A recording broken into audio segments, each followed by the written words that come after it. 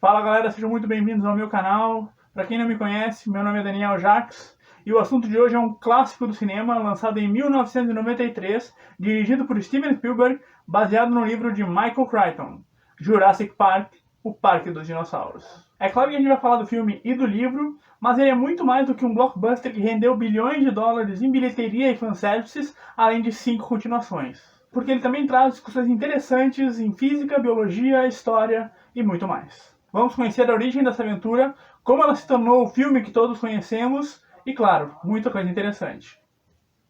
Jurassic Park, Jurassic Park, Jurassic Park é esse que eu nunca vi.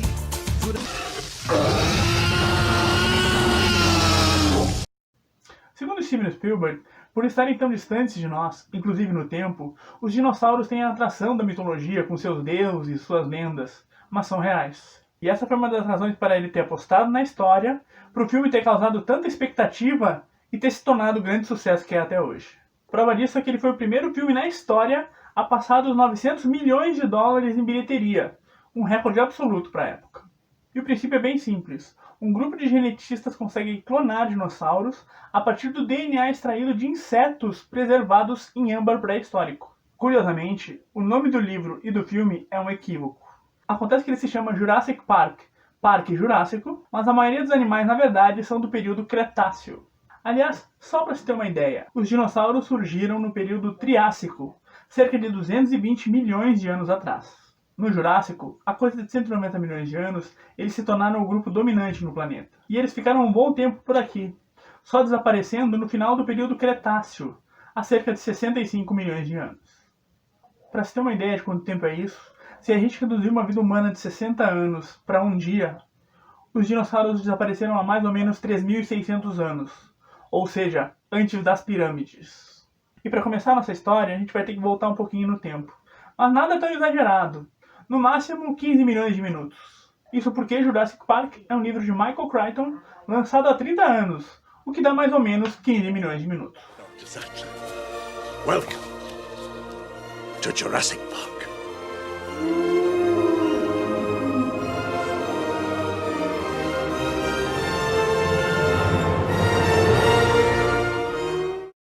Michael Crichton, que morreu em 2008, foi um escritor, roteirista e diretor de cinema norte-americano. E escreveu livros como O Enigma de Andrômeda, Congo, Sol Nascente, Jurassic Park e Mundo Perdido.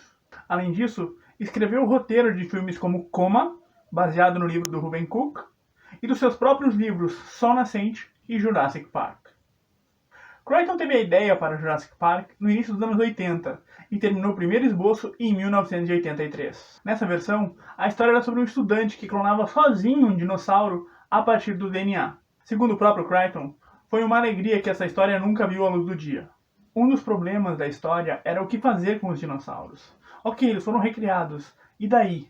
Por que recriar? Uma brincadeira de um estudante? A ideia é que o filme fosse de entretenimento e não terror ou documentário. Foi daí que surgiu a ideia do parque temático. Veio a segunda versão da história, de novo com o estudante, mas dessa vez ele só estava presente quando os dinossauros escapavam. Crichton passou essa nova versão para pessoas próximas, que geralmente liam os livros dele antes do lançamento. E ninguém gostou. Quando ele perguntava por que era tão ruim, a maioria não sabia explicar. Só uma das pessoas reclamou que a história era do ponto de vista de uma criança, e ela não se sentia conectada com a história, não se sentia identificada com a história. Então Crichton reescreveu a história do ponto de vista de um adulto, seus leitores adoraram e tudo aconteceu. Come on, we gotta get out of here. Gotta get out of here. Now, right now.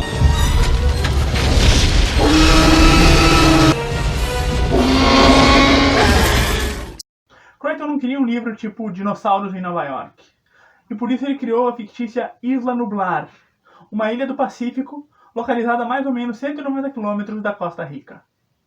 Nela, um filantropo bilionário, John Hammond, e um grupo de geneticistas criam um parque temático inédito, onde a atração são dinossauros vivos.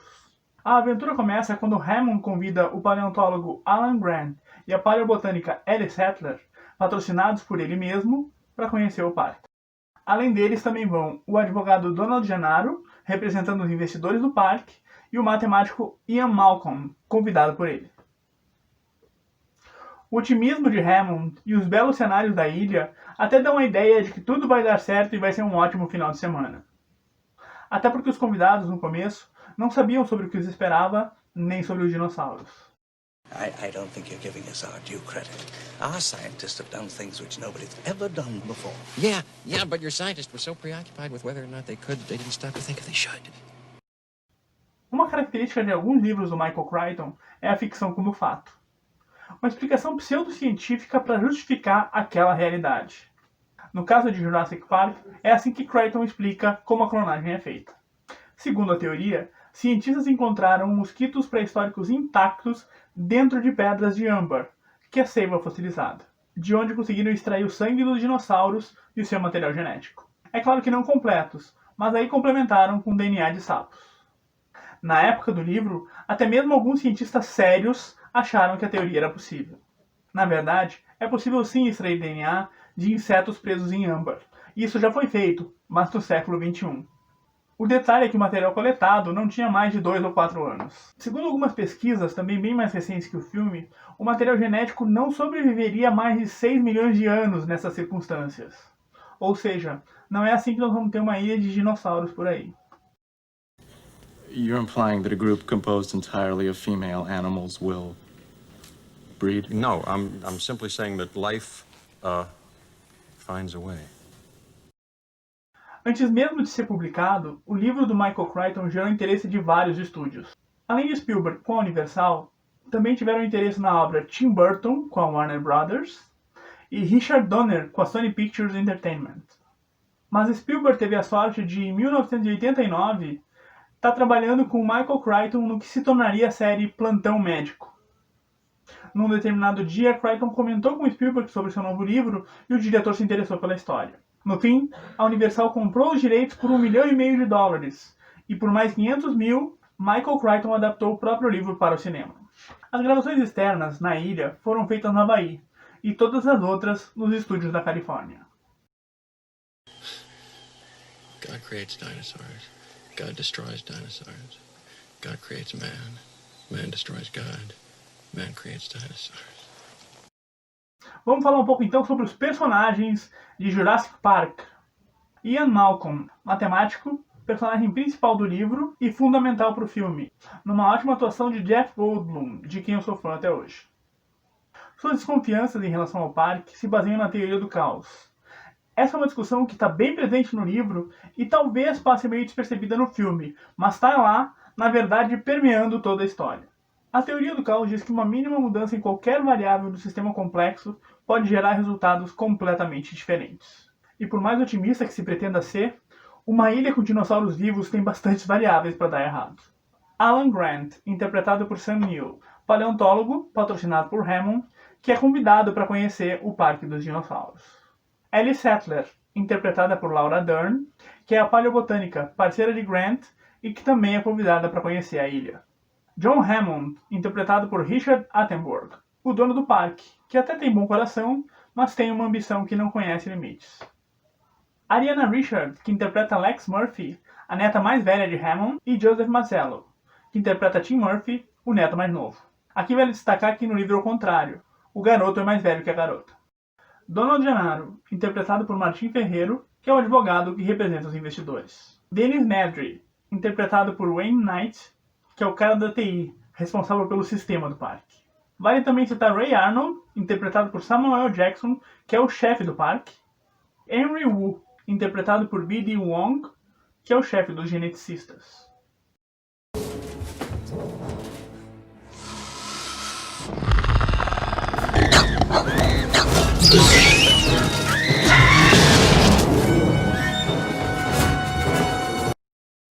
A primeira cena a ser gravada foi a do Triceratops doente. Isso me fez lembrar dessa foto que circulou já mais de uma vez na internet, numa daquelas campanhas contra caçadores de animais selvagens, dizendo que o cara da foto tinha assassinado o animal.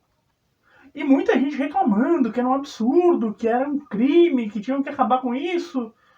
Só que não percebiam que o cara da foto era o Spielberg e o animal, um Triceratops, extinto há pelo menos 70 milhões de anos.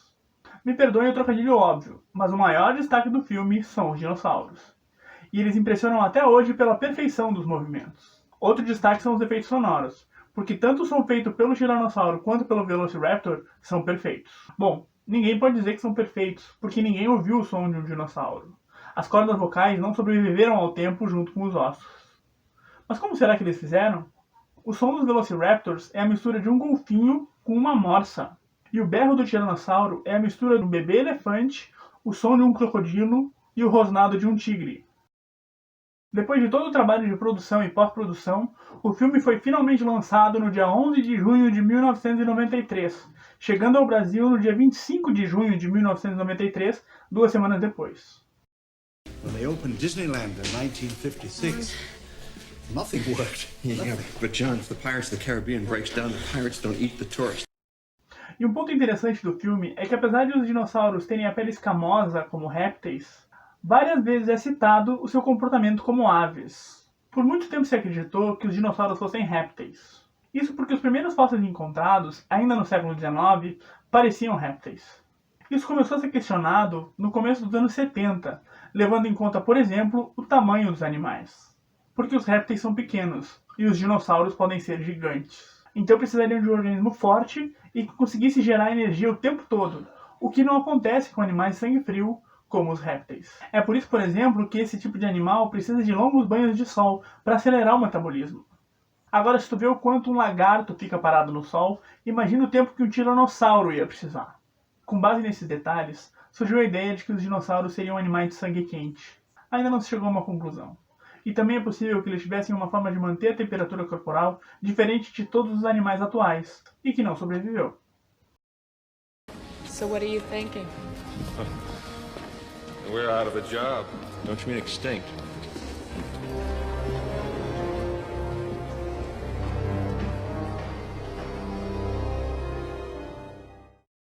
Como eu falei, Jurassic Park foi o primeiro filme da história a passar a barreira de 900 milhões de dólares de bilheteria.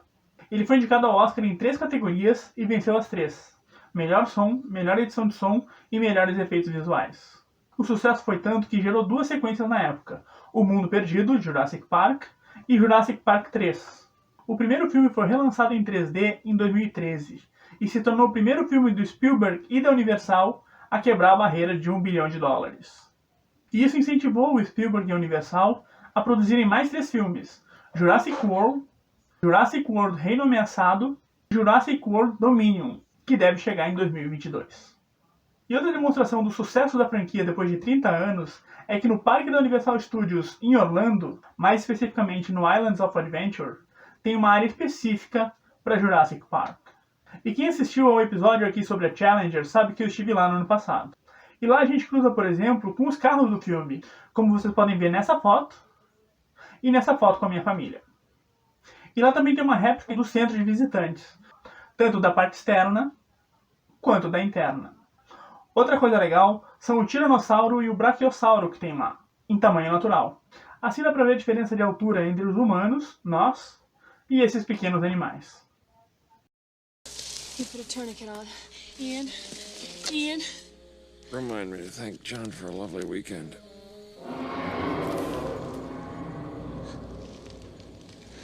Can we chance moving him?